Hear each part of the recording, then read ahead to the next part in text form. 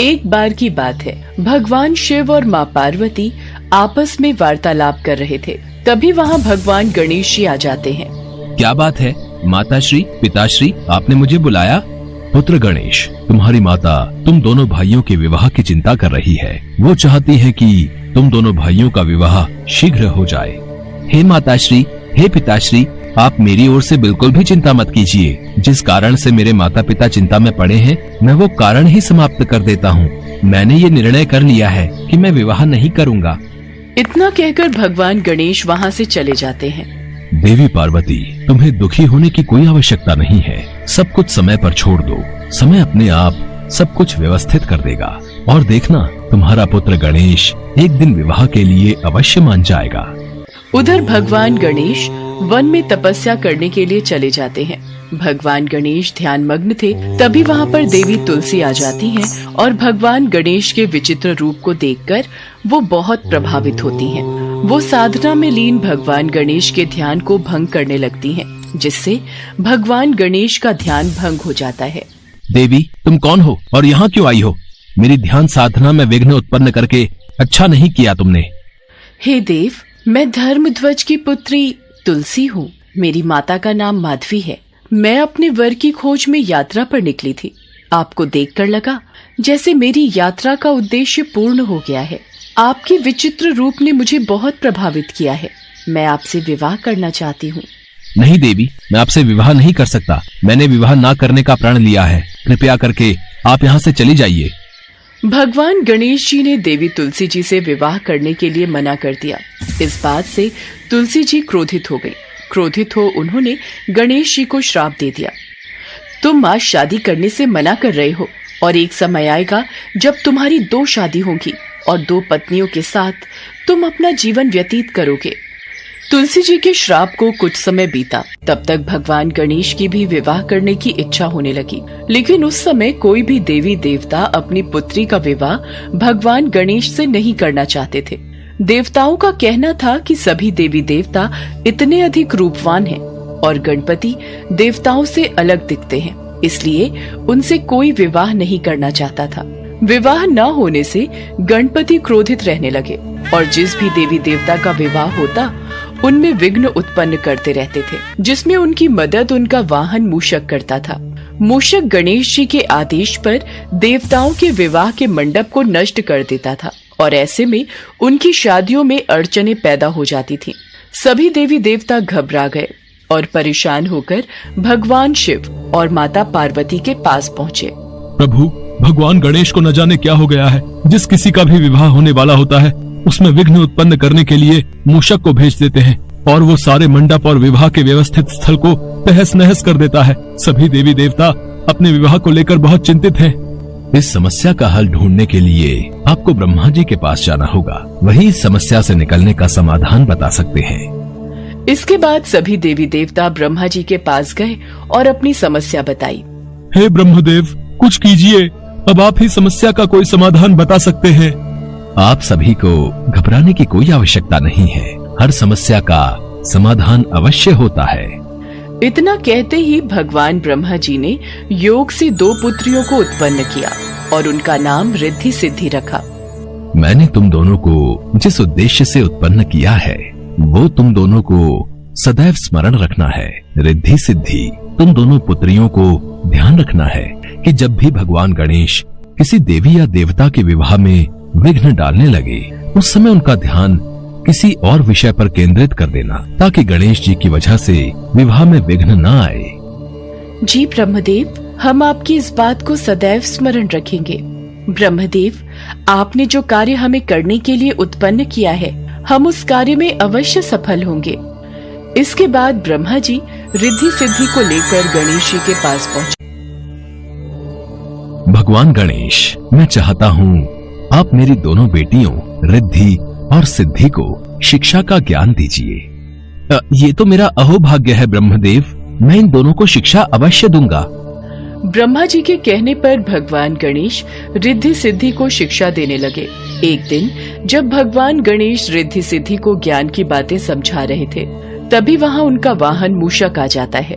प्रणाम प्रभु, मैंने पता लगाया है स्वर्ग लोक में फिर किसी देवता का विवाह होने वाला है। मुझे आज्ञा दीजिए कि मुझे क्या करना है। प्रभु, मुझे ये प्रश्न समझ नहीं आ रहा। कृपया करके मुझे इस प्रश्न को भली भांति समझा दीजिए। रिद्धि, पहले मुझे गणेश जी से प्रश्न पूछने दो। पहले मैंने उनसे प्रश्न किया है। अरे तुम दोनों आपस में यूँ झगड़ा ना करो, मैं तुम दोनों के प्रश्नों का उत्तर दूंगा। प्रभु का ध्यान तो मेरी ओर है ही नहीं, तो ठीक है, मैं भी अपने में मस्त रहता हूँ। कुछ समय तक इसी तरीके से रिद्धि सिद्धि गणेश जी का ध्यान दूसरे विषयों पर लगाती रही। एक बार गणेश जी की नजर अपने वाहन मूषक पर गई। तुम यहाँ बैठकर लड्डू खा रहे हो? तुम्हें तो मैंने देवताओं के विवाह में विघ्न डालने का कार्य सौंपा हुआ था। प्रभु, मैंने आपको कई बार स्मरण कराने की कोशिश की, पर रिद्धि सिद्धि आपका ध्यान अपनी ओर केंद्रित कर देती थी और आपके आदेश के बिना मैं कोई कार्य नहीं कर सकता प्रभु। इसी कारण सभी देवी देवता किसी भी विघ्न के बिना अपने विवाह को संपन्न कर रहे हैं। भगवान गणेश को ध्यान आया कि रिद्धि सिद्धि की बातों में लगकर सभी देवी देवताओं का विवाह हो गया और वो अविवाहित रह गए, तो उन्हें बहुत क्रोध आया। इसका पता लगने पर भगवान ब्रह्मा जी रिद्धि सिद्धि के साथ गणेश जी के समक्ष प्रकट हुए। हे गणेश, आप अपने क्रोध को शांत कीजिए। मैं आपके समक्ष अपनी दोनों पुत्रियों रिद्धि सिद्धि के विवाह का प्रस्ताव लेकर आया हूँ। कृपया करके इसे स्वीकार कीजिए। भगवान गणेश ने ये प्रस्ताव स्वीकार किया। इसी के साथ देवी तुलसी का श्राप सच साबित हुआ। भगवान गणेश के 2 विवाह हुए और उनकी 2 पत्नियां रिद्धि और सिद्धि हुईं, जिनसे उनके भविष्य में 2 पुत्र शुभ और लाभ भी हुए। साथ ही एक पुत्री यानी देवी संतोषी भी हुई।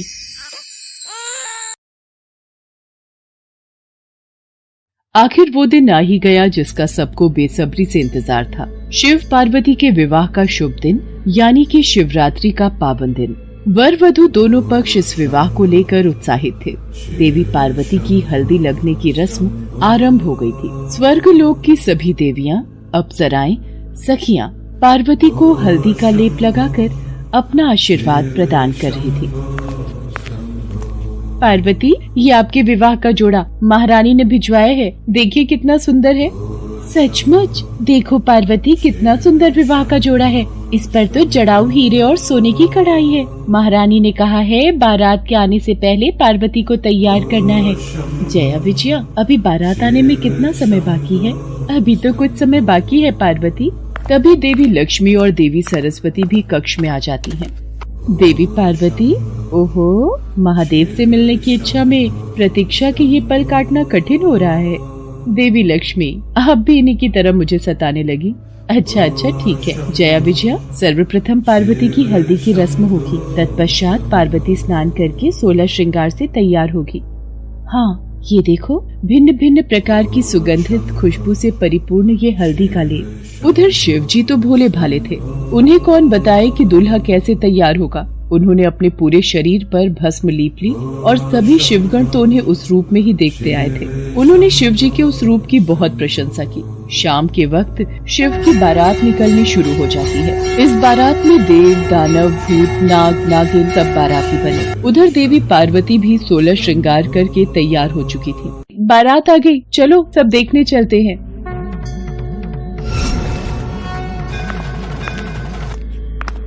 पार्वती, महादेव ये कैसा हुलिया बनाकर आ गए हैं। भूत प्रेत पिशाच संग लिए मानो ऐसे ही चले आए हैं।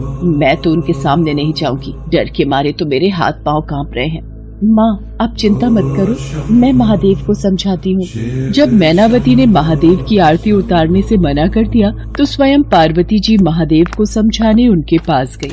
प्रभु, आपका यह रूप देखकर सभी बाराती और माँ भी डर गई हैं। वो तब तक आपकी आरती नहीं उतारेंगी जब तक आप दूल्हे की वेशभूषा में नहीं आएंगे। कृपया करके आप स्नान आदि से निवृत्त होकर इस भस्म को शरीर से उतारकर सुंदर वस्त्र पहनकर सबके समक्ष आइए, अन्यथा कहीं ऐसा न हो हमारी विवाह में कोई बाधा आ जाए।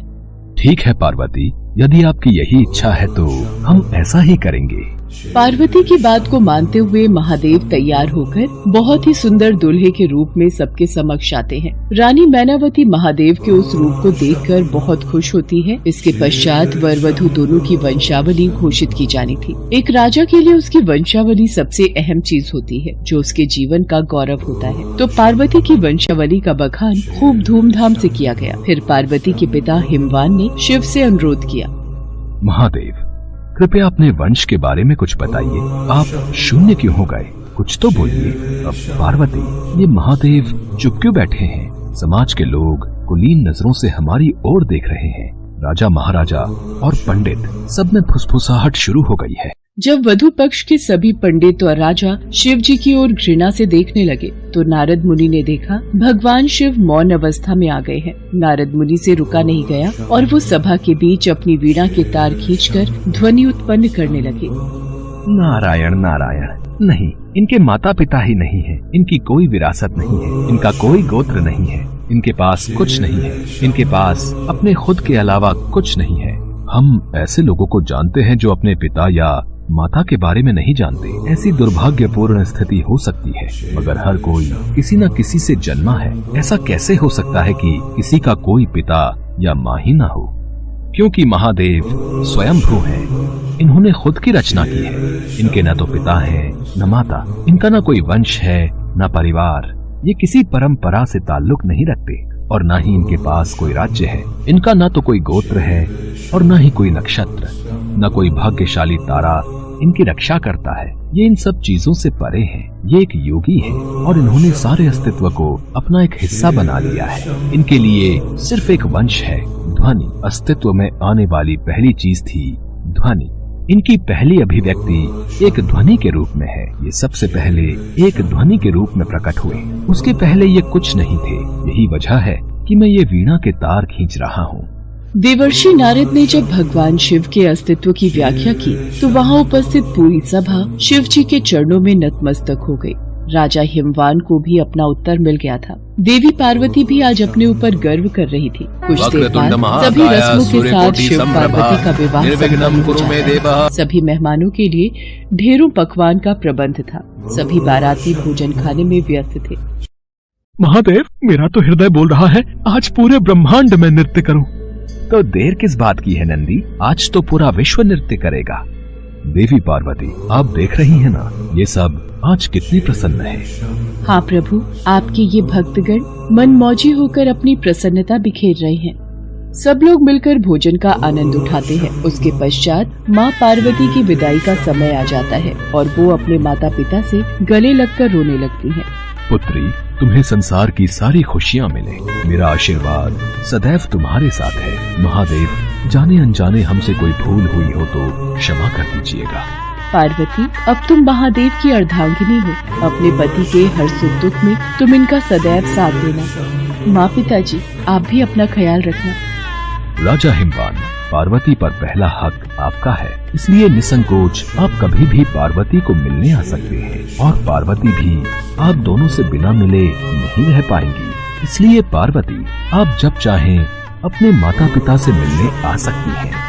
राजा हिमवान, रानी मैनावती और समस्त अतिथियों का आशीर्वाद प्राप्त कर देवी पार्वती भगवान शिव के साथ खुशी खुशी अपनी ससुराल विदा हो जाती हैं।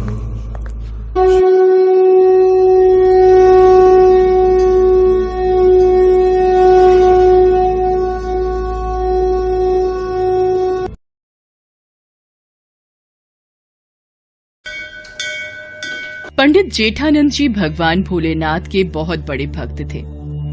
वो वाराणसी में रहते थे।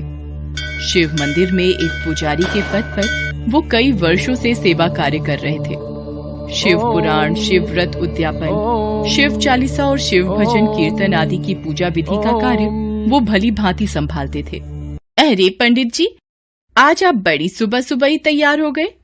सुशीला, आज किसी के घर में सावन सोमवार की पूजा है तो वो शिव पुराण का पाठ करवाना चाहते हैं, इसलिए मंदिर में पूजा कार्य करके सीधा उन्हीं के घर चला जाऊंगा। आने में शाम हो जाएगी। पंडित जी शिव मंदिर में पूजा करके उन लोगों के घर पहुंचते हैं जहां शिव पुराण का पाठ करवाना था। पूजा की तैयारी के बाद वो भगवान शिव के लिए एक आसन लगाते थे और उसके सामने एक त्रिशूल और डमरू स्थापित करके पूजा शुरू करते थे। ये जेठानंद पंडित जी का नियम था। अरे ये पंडित जी, पूजा से पहले एक आसन, ये त्रिशूल और ये डमरू क्यों स्थापित करते हैं भाई? जेठानंद पंडित जी से जब भी पूछते हैं वो यही कहते हैं कि जब वो पूजा करने लगते हैं तो स्वयं भगवान शिव उनकी पूजा सुनने के लिए इस आसन पर विराजित होते हैं। ये तो श्रद्धा भाव है पंडित जी का, तभी तो विश्वास के साथ ये आसन लगाते हैं, है कि नहीं? पंडित जेठानंद पूजा करवा कर घर आ जाते हैं। आ गए आप, चलो भोजन कर लो। अब कल से तो आपको मंदिर में भी समय लगेगा। शिव मंदिर में भक्तों की भीड़ लगनी शुरू हो जाएगी। हाँ, कल शिवरात्रि है तो सभी कावड़िए शिवलिंग पर जलाभिषेक करेंगे। दूर दूर से शिव मंदिर में लोग पूजा करने आते हैं। भक्तों की भीड़ रहेगी कल तो। अगले दिन पंडित जेठानंद सुबह सुबह मंदिर पहुंचते हैं। हाँ, ये प्रभु शिव शंकर का आसन बिछा देता हूँ, फिर पूजा आरंभ करूंगा। अब पंडित जी, कोई बहुत पहुंचे हुए महाराज शिव मंदिर में दर्शनों के लिए आ रहे हैं। उनके पीछे भक्तों की भीड़ भी है। आइए महाराज आइए, आज शिवरात्रि के पावन अवसर पर इस मंदिर की शोभा बढ़ाइए। स्वामी महाराज की जय, स्वामी महाराज की जय। सबका कल्याण हो। पहले हम मंदिर में थोड़ी देर विश्राम करना चाहेंगे। अच्छा, तो ये आसन हमारे लिए बिछाया है। अति सुंदर, अति सुंदर। क्षमा कीजिए स्वामी महाराज, ये आसन तो मैं भोलेनाथ के लिए सजाता हूँ। वो मेरी पूजा में अपनी हाजिरी देकर उसे संपूर्ण करते हैं। मूर्ख, कभी भगवान भी ऐसे आसन पर आकर बैठ जाएंगे?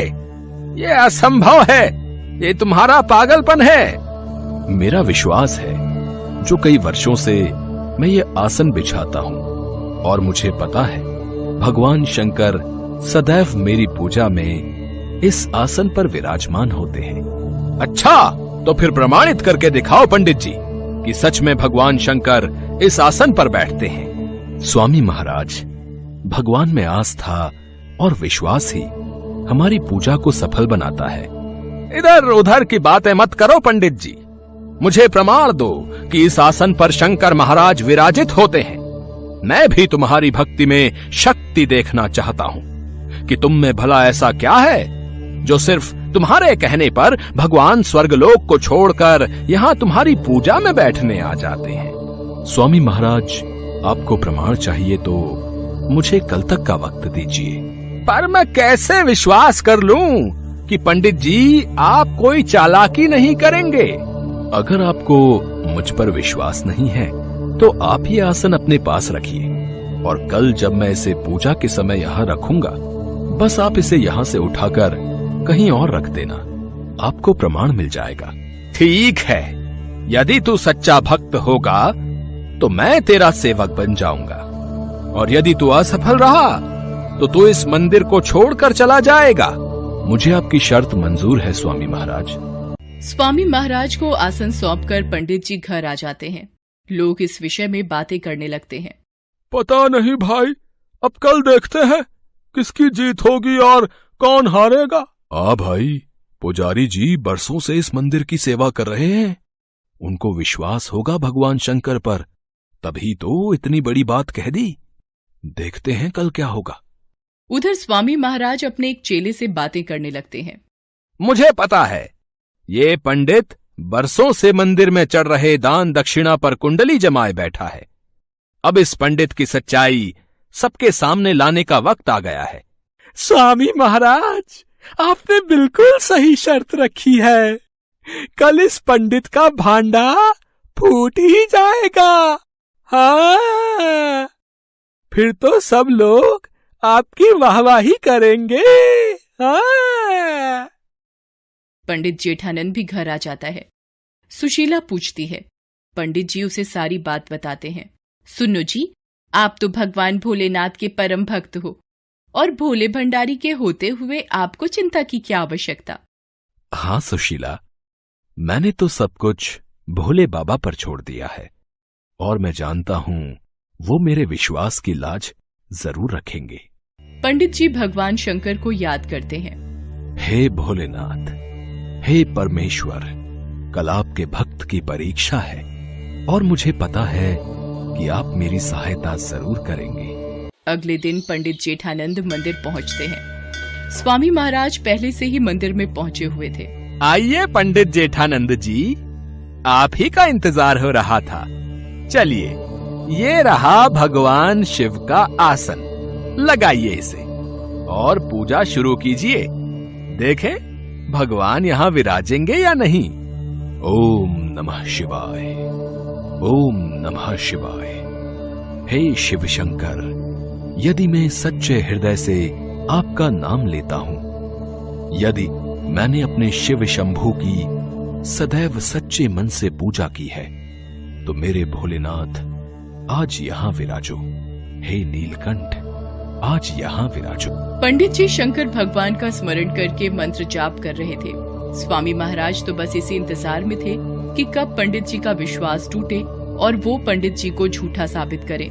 तभी स्वामी महाराज, यदि आपको लगता है भगवान शंकर इस आसन पर नहीं बैठे, तो क्या आप इस आसन को उठाकर दूसरी जगह रख सकते हैं।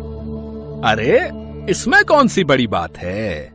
रुको, अभी इस आसन को वहां सामने रख देता हूँ। दूध का दूध, पानी का पानी अभी हो जाएगा। अरे ये आसन उठ क्यों नहीं रहा। ये तो टस से मस भी नहीं हो रहा।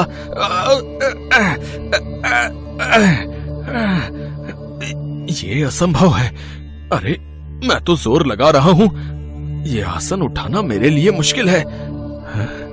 तो क्या सचमुच भगवान शंकर इस पर बैठे हुए हैं। तभी स्वामी महाराज को महसूस होता है जैसे किसी ने उनके हाथ को ही छिटक दिया हो।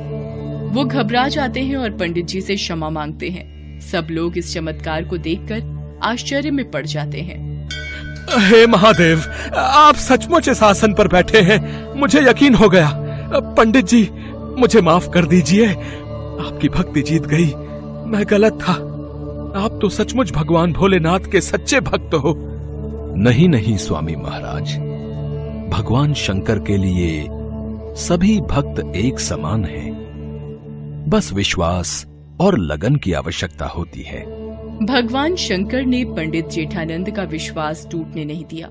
स्वामी महाराज को पता चल गया था कि पंडित जेठानंद की भक्ति में बहुत शक्ति है और वो शक्ति सभी के पास होती है। बस उसमें श्रद्धा का दीपक जलाने की जरूरत होती है।